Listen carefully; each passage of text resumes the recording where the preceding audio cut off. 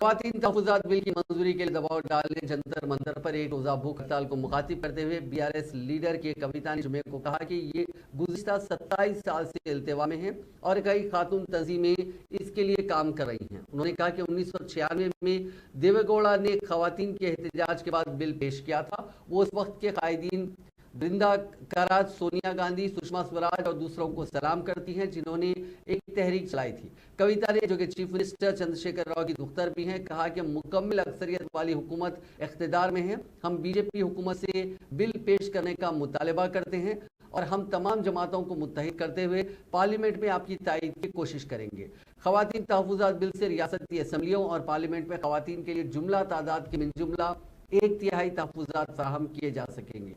कांग्रेस ने एक रोजा भूख हड़ताल में हिस्सा न लेने का फैसला किया। बीआरएस ने कबल अज़ीं कहा था कि उसने आम आदमी पार्टी के संजय सिंह, शिवसेना के उद्धव ग्रुप के वफद, अकाली दल के नरेश गुजराल, पीडीपी के अंजुम जावेद मिर्जा, नेशनल कॉन्फ्रेंस की डॉक्टर शामी फिरदौस, तृणमूल कांग्रेस की सुष्मिता देव, जनता दल यू के त्यागी, सीपीआई के Narayana, Sitaram Yechury, CPM, Samajwadi party, RJD के अलावा राज्यसभा के रुकने पार्लियामेंट कपिल सिब्बल ने भी शिरकत की तौसीक हासिल की थी। कबल अज़ीं कविता ने 18 सियासी जमातों मशमूल कांग्रेस को एक रोजा भूख हड़ताल में शिरकत की दावत दी थी।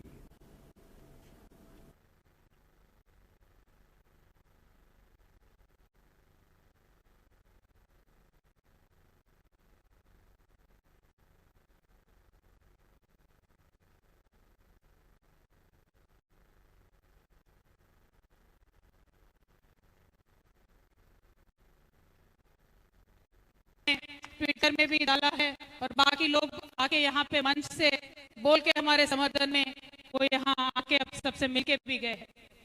आज मुद्दा क्या है?